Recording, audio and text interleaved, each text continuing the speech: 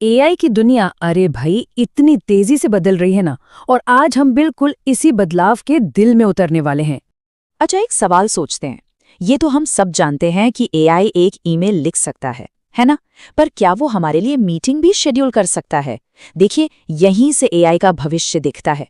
बात अब सिर्फ कंटेंट बनाने की नहीं रही, बल्कि असल में काम को पूरा करने की हो रही है।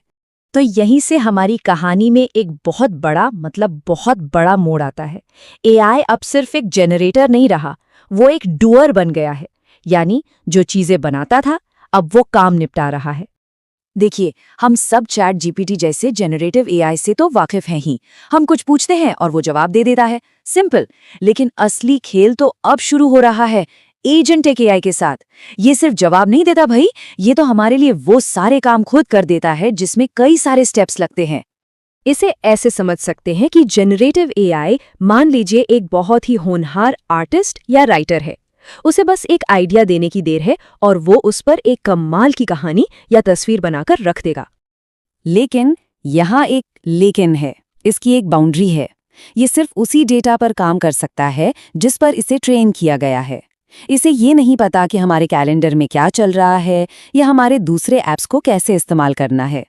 और बस ठीक इसी कमी को पूरा करने के लिए मैदान में आते हैं एआई एजेंट्स। अब ये क्या भला है? चलिए इसे एक बहुत ही आसान से ट्रैवल प्लानिंग के उदाहरण से समझते हैं। सोचिए, हमने चैट जीपीटी को एक काम दिया, 2 लोगों के लिए 7 दिन का जापान ट्रिप प्लान करो। अब वो क्या करेगा? वो एक बहुत बढ़िया डिटेल्ड टेक्स्ट प्लान बनाकर दे देगा। कहाँ जाना है, क्या क्या करना है, सब कुछ लिखा होगा, बिल्कुल एक शानदार गाइड की तरह जिसे हमें खुद ही फॉलो करना होगा। लेकिन कहानी में ट्विस्ट तब आता है जब यही काम मैंकस जैसे एक एआई एजेंट को दिया जाता है। अब नतीजा बिल्कुल अलग होगा। वो सिर्फ प्लान नहीं बनाएगा, अरे वो तो सच में फ्लाइट्स चेक करेगा, टूरिज्म वेबसाइट्स को खंगालेगा, एक पर्सनल ट्रैवल वेबसाइट बना देगा, एक टू डू लिस्ट भी तैयार कर देगा और ये सब कुछ एक फोल्डर में पैक करके डिलीवर कर देगा। ये सलाह नहीं, ये तो पूरा प्रोजेक्ट मैनेजमेंट। तो मतलब सबसे बड़ा फर्क समझ में आ रहा है, एजेंट सिर्फ सलाह देके चुप नहीं बैठता, वो असल में एक्शन लेता है। वो डिजिटल जानकारी और असली दुनिया के कामों के बीच का जो गैप है ना, उसे भर देता है। अच्छा, तो इस नई टेक्नोलॉजी की वजह से ना एआई की दुनिया में 2 तरह के रोल उभर कर आ रहे हैं। एक तरफ है एआई बिल्डर्स। ये वो कमाल के इंजीनियर्स हैं जो इन एआई मॉडल्स को बनाते हैं, उन्हें तैयार करते हैं। और फिर दूसरी तरफ हैं एआई ऑपरेटर्स। ये वो लोग हैं जो इन बने बनाए टूल्स को इस्तेमाल करने में माहिर हैं और अपने काम की प्रोडक्टिविटी को आसमान पर पहुंचा देते हैं। तो मन में ये सवाल आता है कि आखिर एआई जनरेटर से डूअर बना कैसे, मतलब ये छलांग लगाई कैसे? इसका राज इसके सीखने के तरीके में छिपा है। और ये तरीका अब सिर्फ रट्टा मारने वाला नहीं रहा। एआई को सिखाने के 2 मेन तरीके हैं। पहला है सुपरवाइज फाइन ट्यूनिंग। इसे ऐसे सोचिए जैसे किसी स्टूडेंट को एक ऐसी किताब दे दी गई हो जिसमें सवाल के साथ जवाब भी लिखे हैं, वो बस उन्हें याद कर रहा है। लेकिन जो दूसरा तरीका है वो ज्यादा मजेदार है, रीइंफोर्समेंट लर्निंग। इसमें एआई गलतियां करता है, उनसे सीखता है और फिर बेहतर होता है, बिल्कुल वैसे ही जैसे हम गिर पड़कर साइकिल चलाना सीखते हैं।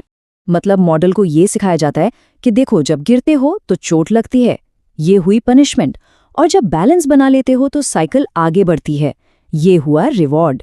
बस इसी रिवॉर्ड और पनिशमेंट के खेल से वो सीखता चला जाता है। और इसका एक जबरदस्त उदाहरण है एआई मॉडल डीप सीक। इसको बड़े पैमाने पर इसी रीइंफोर्समेंट लर्निंग से ट्रेन किया गया और नतीजा, इसने इतनी गजब की सोचने समझने की शक्ति हासिल कर ली कि ये बड़े बड़े महंगे मॉडल्स को भी टक्कर देने लगा। इससे एक बात तो साफ है, सिखाने का एक स्मार्ट तरीका कभी कभी ज्यादा डेटा से भी ज्यादा पावरफुल हो सकता है। तो ये पूरा सफर, कंटेंट बनाने से लेकर काम करने और फिर सोचने समझने की क्षमता तक, आखिर ये सब हमें किस तरफ ले जा रहा है? भविष्य कैसा दिखने वाला है? देखिए, हमने एआई को बदलते हुए देखा है। पहले वो एक सिंपल चैटबॉट था जिससे हम जानकारी लेते थे, फिर वो एक कंटेंट जनरेटर बना, हमारा क्रिएटिव पार्टनर। आज वो एक ऑटोनॉमस एजेंट है जो हमारे लिए काम करता है। तो जाहिर है अगला पड़ाव क्या होगा? एआई एक टीम मेंबर के रूप में, एक कोवर्कर।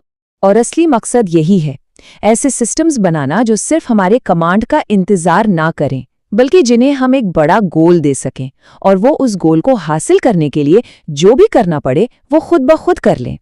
और यहीं पर आकर एक बहुत ही दिलचस्प सवाल खड़ा होता है। जब एआई सिर्फ एक टूल नहीं बल्कि हमारा एक साथी, एक कोवर्कर बन जाएगा, तो हम कौन से काम उसे सौंपना चाहेंगे और कौन से काम हम हमेशा अपने लिए बचाकर रखेंगे? सोचिएगा जरूर। इसी विचार के साथ आज की ये बातचीत यहीं खत्म करते हैं।